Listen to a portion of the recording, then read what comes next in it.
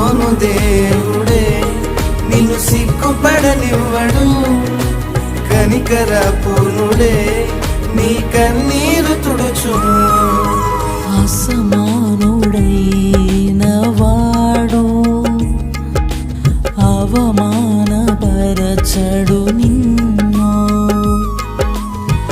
ఓటమి ఎరుగని మన దేవుడు ఓడిపోనివ్వడు నిన్ను. ఘన కార్యాలెన్నో నీకై చేసినవాడు కష్టకాలమందు